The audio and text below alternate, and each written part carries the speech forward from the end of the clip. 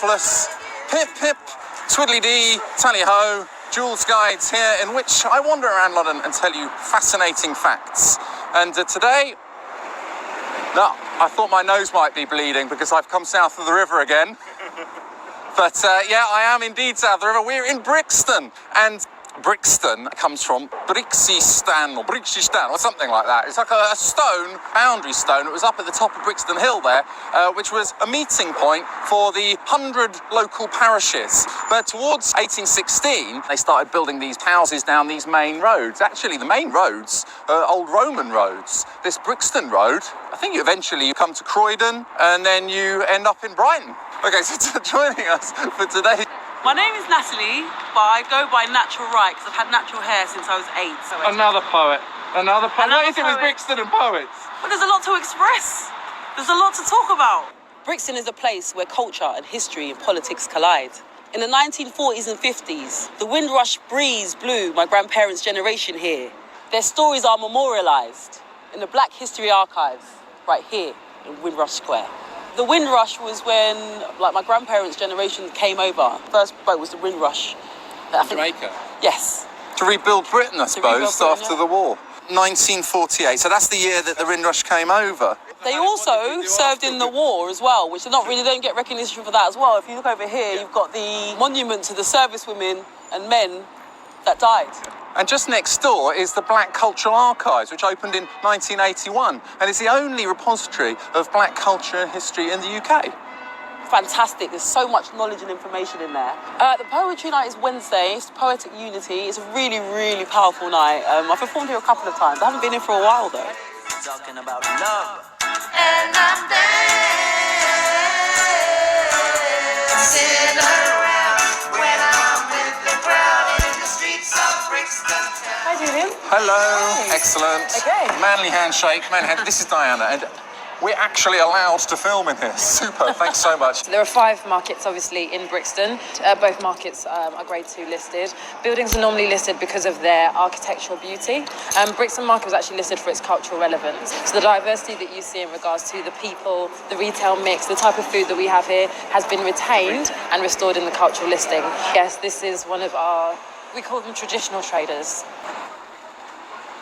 So we're just off to go and meet a poet called Michael Gross. He's a poet and community activist. I love Brixton. All the different foods it has to offer. I love the different faces of my sisters and my brothers. I love Brixton. This was already quite a busy shopping district, quite a famous shopping district around the end of the 19th century. But in 1888, Electric Avenue over there got its name because it was the first market street to be fully lit by electricity. And it was very beautiful. It had these wonderful Victorian canopies. I think the Nazis hit a bunch of them and eventually they all decayed. They should bring them back. So we are now going to rock down to Electric Avenue. And after that, you're going to take it higher, Joe? we will definitely take it higher. It's not actually new, right? So, Obviously, I wanted to use Rock Down to Electric Avenue by Eddie Grant, but I couldn't, or I'd get a copyright strike. So instead, you can hear Little Lost Lou's homage to Electric Avenue, all about how it was the first market street to be lit up by electricity. And it used to have, like in Victorian times, it had these beautiful iron sort of canopies hanging over. They tried to save them, you know. One of the part of regeneration was to bring back the canopy and give it the old style feel. Yeah. But that just went out the window. We don't know what's going to happen. So they've done the first phase, which is what you might call pedestrianising the whole place that we can walk through. Because it used to be roads. Yeah. You could drive through here, but now they've stopped all that. So it's much cleaner, much easier.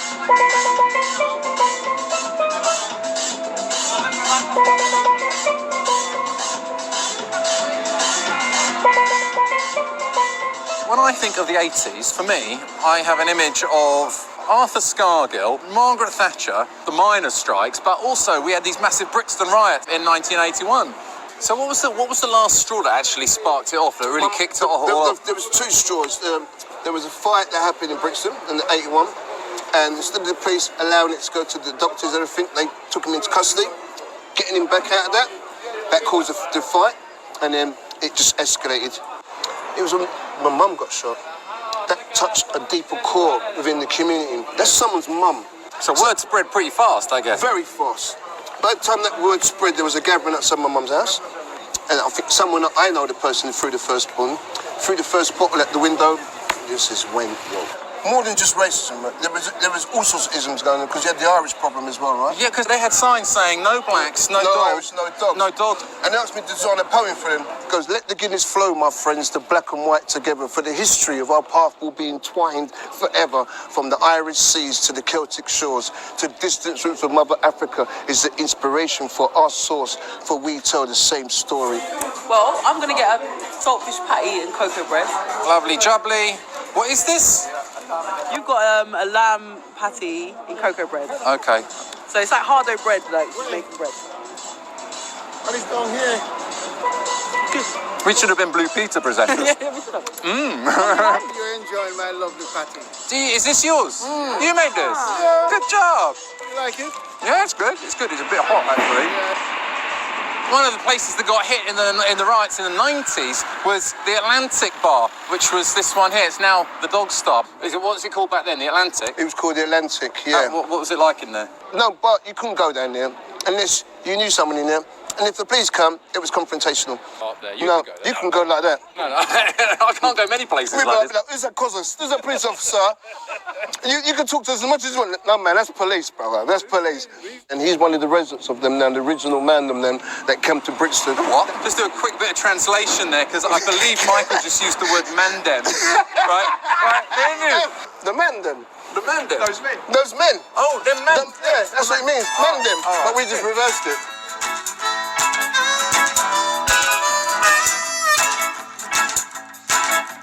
This is Southwark House, or they call it the Barrier Block. It's from the 1970s. One of those brutalist. It's called brutalist architecture, like the Trellick Tower. You know, Trellick Tower is a Goldfinger guy who designed these things. It's kind of typical 70s type building, and it was actually originally designed to go alongside a 6-lane motorway. They had developed this idea to have this 6-lane motorway cutting all the way through Brixton. It was a Polish architect. I've forgotten her name. Because the motorway was going to be coming past it, so the way around that was to have very, very small windows. And that's why it ended up looking like a prison. Lots of people think that's Brixton Prison. And it might smell For good reason, do you know what I mean? Probably do feel like you're... Sorry, can I just say that the Joolz Guides does not condone necessarily the views of people who appear in our films? I actually quite like it. I think the windows are cute. Look at that. I praise the Lord above. I'm electrified by lust. Light me up, my friend. 406 doesn't look like this fascinating shop front is actually 406 Cold Harbour Lane. It's actually a really important location in the Brixton community. This used to be Black Dread Records. He was like the kingpin guy round here for the reggae stuff, you know, like they all used to go there to buy like their imports from Jamaica and whatnot, you know. Black Dread sound system was in there as well. He produces the music, he puts on the shows, he brings over the artists. Black Dread was a real pillar of the community. Young people would come and hang out here, and he'd give them advice on how to stay out of gangs and not get into drugs and stuff. After his son died, he became much more involved in politics, and through that he began to, get more involved with the community, and he set up the Brixton Splash Festival, music festival. Brixton Splash started as a few hundred people outside his shop here with a sound system. Then it grew into being the major yearly street carnival it is today. It's the first Sunday of every August. Unfortunately, the shop shut in 2013 when financial irregularities came into play, and he had to go elsewhere to stay.